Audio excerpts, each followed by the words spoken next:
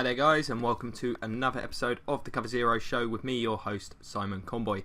Today's episode is a game preview and I'll be focusing on tonight's matchup between the Ravens and the Dolphins. Huge game for the Ravens, I feel. They really need to get this one, and the Dolphins, they just need to keep it rolling. And with Matt Moore, I'm hoping to see a lot more from this team offensively, playing very well on the defensive side of the ball right now. As always, I'm going to go through what I think are the key matchups in this game, how I expect both teams to game plan for this one, and how I see the game going overall. So, I mean, if we'll start with the Miami offense. They've got Matt Moore starting, which I'm sure most Dolphins fans are happy about at this point. Cutler was playing a little bit better in the last sort of 4 quarters that he played in, but Moore looked far more effective when he came in for the second half against the Jets. He's always been pretty impressive for the Dolphins, frankly. I know a lot of Dolphins fans are pretty happy to see him under centre, at least as happy as a team can be to see their backup. The receiving group, I like this group. I like the diversity they've got, and I'm really hoping that we'll get to see them used more effectively. Parker's been a little bit injured. If he plays today, it's a big boost for this team because they're going up against a really good secondary. Jarvis Landry, I still think, is the key to this whole offense. He kind of just keeps things going, making key grabs, key points, and they can use him in so many different ways all over the field. He's not going to make big plays that win you the game in terms of yardage, but key important times he can be trusted. And Kenny Stills is an unreliable game breaker, but he's got game breaking speed, can take the top off the defence. So I think they've got good diversity there. Julius Thomas hasn't quite worked out as well as I think they'd hoped, but there's still plenty of time, and he gives them an athletic option at tight end. Fasano's a guy that they can rely on to get a couple of grabs and block. So I like that balance there. Jay Ajayi's had an up and down season, and the run blocking from this line has not been great. Mike Pouncey doesn't look healthy. I mean, he rarely does. Maybe they should consider giving him a bit of a break, especially without a bye week. But they're getting some okay play from this line. I've not been particularly impressed with them. Juwan James is a nice player, but the interior really struggling with their blocking, and Larry Tunsil looks very much like a work in progress at left tackle. If there's one concern I've got for this offense, it's the line. Jay Ajayi is a great back, but he does rely on being able to get going downfield, and that's what this line has struggled to do. There's been a lot of penetration. He's had a lot of runs stopped before they could really get going, so they're going to need to be better. The Ravens, I'm slightly concerned for defensively after that performance last week. They'd been holding down their end defensively for the early part of this season, playing very well the first few weeks, but we're starting to see a bit of a decline in production from them. Terrell Suggs is having a great season. Brandon Williams playing well, but beyond that, they're not getting a huge amount out of this defensive line group. It feels like if Suggs doesn't get pressure, this team doesn't get pressure. CJ Mosley's having a good year, but the other linebackers, I think you can pick on them in pass coverage. That's the weakness in this group, because the secondary is really talented. Jimmy Smith's a good player. He's playing at a high level this season.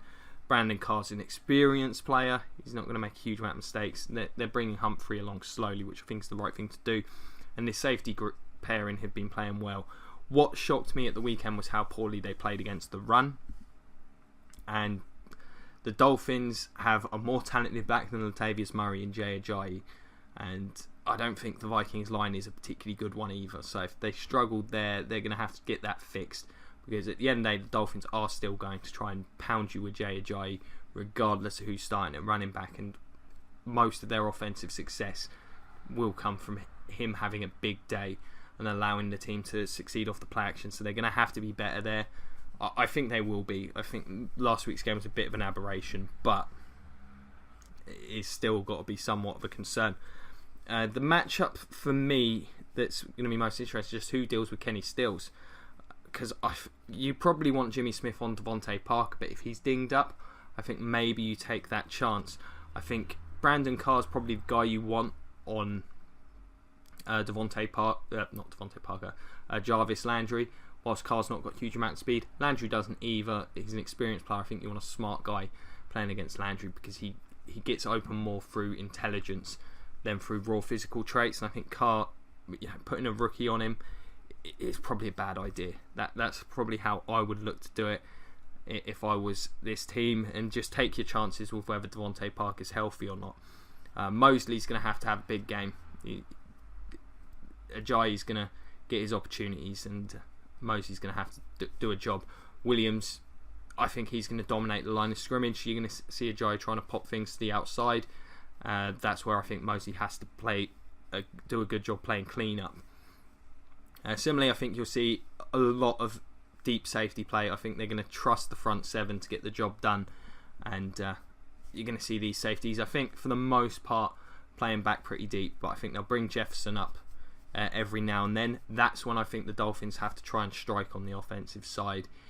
If they can get a run at game established and be very effective, then I think this team can have a lot of success. I think between Thomas and Landry exploiting the middle of the field, they can wait for one-on-one matchups on the outside, try and get Kenny Stills in some good situations. I think that's probably how you're going to have to try and attack it with as the Dolphins.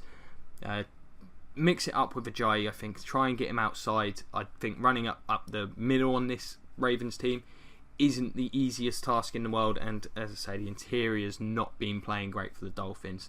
So I think you want to try and get him a few of those tosses, maybe some sweeps, anything that can get him accelerating, because that's what you need. An accelerating Ajayi breaks tackles and makes big plays. When you can get him slowing down toward the line of scrimmage, which I think this Ravens team can do effectively, he's not going to be a game-breaking back. And Matt Moore against this secondary, it doesn't feel like a great matchup for the Dolphins. So if you're the Ravens, I think you've got to be able to stop those plays. I think contain's going to be key. If you can force him into the middle, I think Williams and Mosley can deal with it. And if you can keep those two safeties back, I don't think Matt Moore's going to try and beat them deep. You can force this to be a very dinky-dunk type of game from the Dolphins offense. They're more than happy to do that, but that will keep the score down, which you have to do if you're the Ravens. They're going to have to take some chances to try and get some big plays because their offense has been so anemic, and that will create opportunities for the Dolphins. And I think it will come down to how balanced the Dolphins can be and whether they can take advantage of those opportunities that they are going to have. But you've got to find a way to get some pass rush, I think, if you're the Ravens, and that's going to be the challenge, finding that balance. I think they're going to have to show some creative blitzing in the right situations, but I don't think it's something that they're going to be able to go to the well on too often, because someone will get open and beat them. Matt Moore's an experienced player. It's not like you've got one of these rookie quarterbacks coming in who's barely faced a snap in the NFL. He's a pretty experienced guy. It's not like you can just go all out and have him wilt in the face of all the pressure that you're going to bring. So that's how I think you've got to attack it if you're both of these teams. On the opposite side of the ball, the Ravens offense, and it's a combination of bad and injured at the moment. Kalichi Assembly's injury in particular has been absolutely huge. Arguably the top all-round lineman in the NFL. Obviously his loss has been heavily felt, and as a result this line has not been particularly effective. This is a team that wants to run the ball heavily. They're pretty light at the wide receiver position. I mean, there's some names there, but they're just not enormously productive, and Flacco is struggling to connect with these guys on a regular basis, particularly down the field. But the run game hasn't been much better. They really do not have anyone that scares you running the football. They're not blocking particularly well. There's not a huge amount to be positive about if you're a Ravens fan in terms of the way this offense is playing. I mean, we don't even know if Wallace and Perriman are going to play. Without them, it's Jeremy Maclin, Chris Moore, Michael Campagnara. It's not a group that's going to scare anyone. Benjamin Watson's come in. He's been somewhat productive for them, but it's just not a great group. I mean, the Dolphins aren't exactly loaded at the cornerback position, but it just doesn't feel like they're in a position to take advantage of these guys. I mean, you look at the Dolphins corner group. Of course, they cut Byron Maxwell. I don't think that's a big deal. He basically got beaten out by Xavier Howard and Cordrea Tankersley. It kind of says those guys are playing better than you would expect, but it says a lot about what he was able to do on that kind of money. And we'll probably see Alteron Werner playing in the slot. But those guys are playing okay. Macklin, I'd expect to be able to get open a few times just using veteran instincts and smarts. But they're getting high-end play. Rashard Jones, once again, one of the top safeties in the league. I expect him to be all over the field in this one. He's kind of their wild card defensively. They move him about. A lot of plays, I think, designed around him just sniffing out the ball and making a play on it. He blitzes, he sits deep, he comes up stuffed around. He does it all, and he does it all very well. Nate Allen's a bit of a liability. If Mike Wallace can play, get him on that side, have him try and beat the corner, and hope Nate Allen messes up. That would be a good plan for the Ravens, but it's a question of whether they can get Wallace on the field. The issue for me is the matchup at the line of scrimmage. The Dolphins' defensive line is pretty good. The Devon Godchaux pickup in the draft has been really good. Him and Jordan Phillips being able to sort of spell one another, and Sue has made them really stout up the middle of the field. It seems to have lit a fire under Phillips. He's playing more consistently than we've seen. The Cameron Wake is still just a menace off the edge. I don't know if the Ravens have anyone that can do him. If he's lined up on Austin Howard, he's going to be getting pressure in this game. Andre Branch and William Hayes are solid veteran players. Charles Harris can come off. I really like this group. They're playing at a high level for the Dolphins. They're playing well against the run. They're not dominating in the pass game. They're not as effective as I thought they'd be as rushers this year, but they're doing enough. It's basically Cameron Wake and the odd play from other guys. Sue's having a pretty quiet year, but he's playing it consistently well, which has always been my one criticism. He's a bit boom or bust. I think this year he's playing at an even level. The linebacking group's been a real pleasant surprise, I think, for Dolphins fans.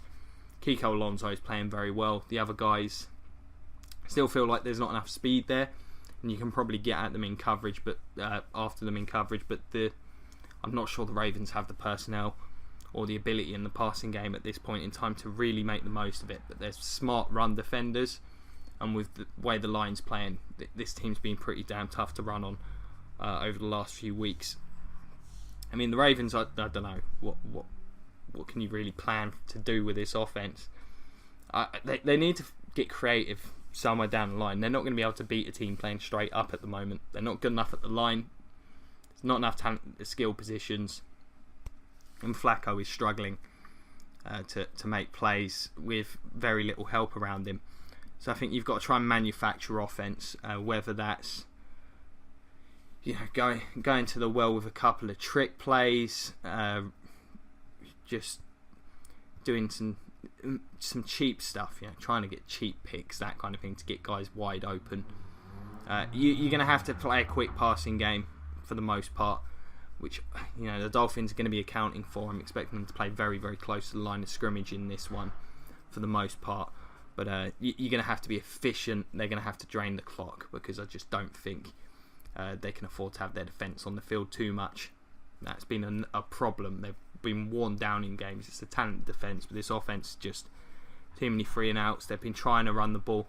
They're going to have some success with it. I'm not sure how they go about that, frankly. So unfortunately, whilst I normally come up with a game plan for the Ravens, I look at this group and I just think you've got to find a way to get Mike Wallace a couple of deep shots one-on-one. You just have to somewhere, if he even plays in this game. Macklin, he's got to be kind of a focal point. I think he's got to get about 10-11 targets realistically, and let Benjamin Watson be a key part of the passing game, and just try and get it going in the run game. I don't know who you use, because I look at their running back depth chart here. Alex Collins, Terrence West might not even play. Bobby Rainey, Javoris Allen. It strikes fear into the hearts of no one. So it's difficult. I think they're going to have to keep tight ends into block. Flacco's going to have to play well. This team can't afford to turn the ball over. they're going to have to take a couple of chances and just hope it doesn't bite them. But it is really tough. For the Dolphins, I think you just play this one straight up. Just play some man, line up 8 guys in the box and dare this Ravens team to beat you in the passing game. Just focus on keeping that run game shut down and getting after Flacco, and I think they can have some success. It really feels to me like for this side of the ball to work out, the Dolphins have to play poorly, and they've not done so this year. So, how do I see this one going? I see a pretty comfortable win for the Dolphins. They've not been particularly impressive, but I think Matt Moore's going to give them a bit of a spark. In all honesty, I think these players will probably have more confidence in him. And defensively, they're playing well. The Ravens are a team that I'm really concerned about for the rest of this season. They've been terribly unfortunate with injuries, but even without them, this offense just really is lacking in talent. The offensive line's not doing a whole lot to help out either. It's just difficult to see where points are going to come from. So I've got a Dolphins win unless the Ravens defense absolutely balls out. They're going to need turnovers in this one, and they're going to need to try and make Matt Moore implode.